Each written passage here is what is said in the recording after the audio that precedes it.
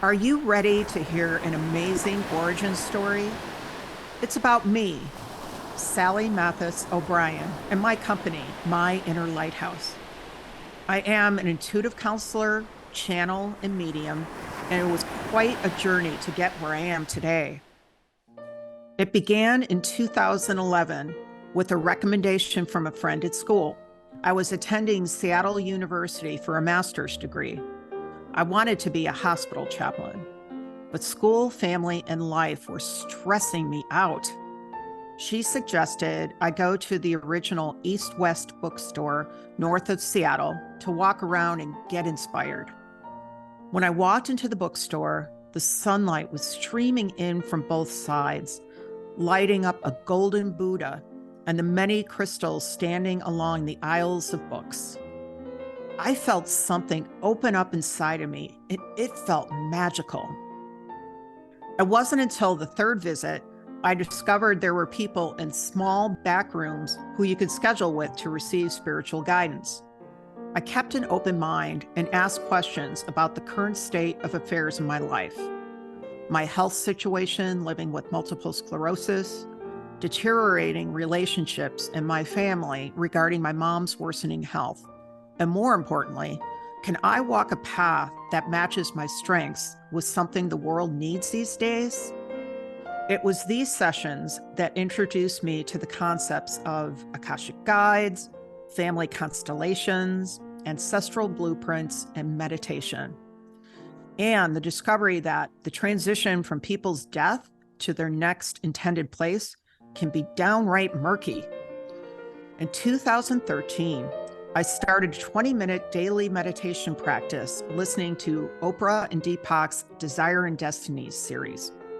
It was fun, easy, and despite the constant drone of ambulance sirens outside my downtown condo, this guided meditation slowly spirited me away from a life and into a new world coming alive through my mind's eye. I saw myself sitting on a hill, one that was depicted in the photograph on my iPad, with the town below in the distance and grass all around me, even though I was actually lying on a meditation mat. Over time, as this vision became more animated, I decided to seek help to make sense of what was happening to me. Enter Suzanne Reagan Lentz. Suzanne had an office close to my condo, and her advanced healing methods and gentle questions helped me to explore the new spiritual world unfolding before my eyes. Suzanne introduced me to my first guide, Winslow, a white horse, ready to talk to me during my meditations and not just be a pretty part of the pastoral scene. It was about this time I was challenged to a specific task through a spiritual counselor at the East West bookstore. She spoke with my Akashic guides, who challenged me to take a solo trip to Newport, Oregon, to visit the famous Hecate Lighthouse. This was a difficult time in my life.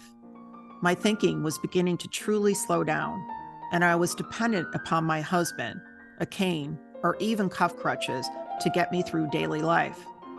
But according to this guide at East West Bookstore, if I went to this lighthouse, dropped my cane, climbed up onto its ledge, and circumnavigated the outside of this lighthouse, looking out at the sea, then my guides would ramp up my spiritual life. My spiritual guides wanted me to put skin in the game. My only real instruction beyond this was to ask about the lighthouse community when I was there. What happened after this point? My entire life turned upside down. The talks with Winslow in meditation revealed a series of downloads and messages filled with sacred geometry, and it became clear that better health would be found on Orcas Island off of Washington State. Soon, I bought a home and embarked on an extensive renovation to transform it into what it is today, a place named Gentlewood. This experience illuminated a much deeper renovation going on inside of me. The first guide to visit me was Jesus of Nazareth. Then I met King Midas, an actual leader from Mesopotamian times. Soon afterwards, Mary Magdalene, Leonardo da Vinci, Emerson, and Gandhi made their path up my private beach and into my heart. Together, they showed me the secret pockets of power on my land and in my home. In fact, everyone has these chakra sites in and around their home. As Da Vinci says, you just need to tune into your heart, my dear. My guides were slowly teaching me the power of practice. I traveled to France with my church on a pilgrimage, and for an hour and a half, I directly channeled Mary Magdalene at the base of her grotto outside of Nice. This inspired the Way of the Rose. What was becoming clear to me was that the power of people, places, and practices were creating a path for others to follow. I try to follow Ayurveda as a lifestyle, and Deepak Chopra has been my inspiration. Chopra, whom I also talk to in meditation from time to time, defines satsang as a group of people coming together based upon a shared truth to uplift and transform one another. It provides strength and companionship and an expanded version of your own spiritual self. That's what I'm building with my inner lighthouse. When I walked back to the lodge at the Hecate Lighthouse in Oregon several years ago, a crystal clear voice spoke to me saying, "Lose the fear, find the wonder." Are you ready to lose the fear and find the wonder? Explore and subscribe to myinnerlighthouse.com. Join the conversation in our Patreon community. Read The Way of the Rose. Listen to what the guides are telling us. Discover the path back to your inner lighthouse.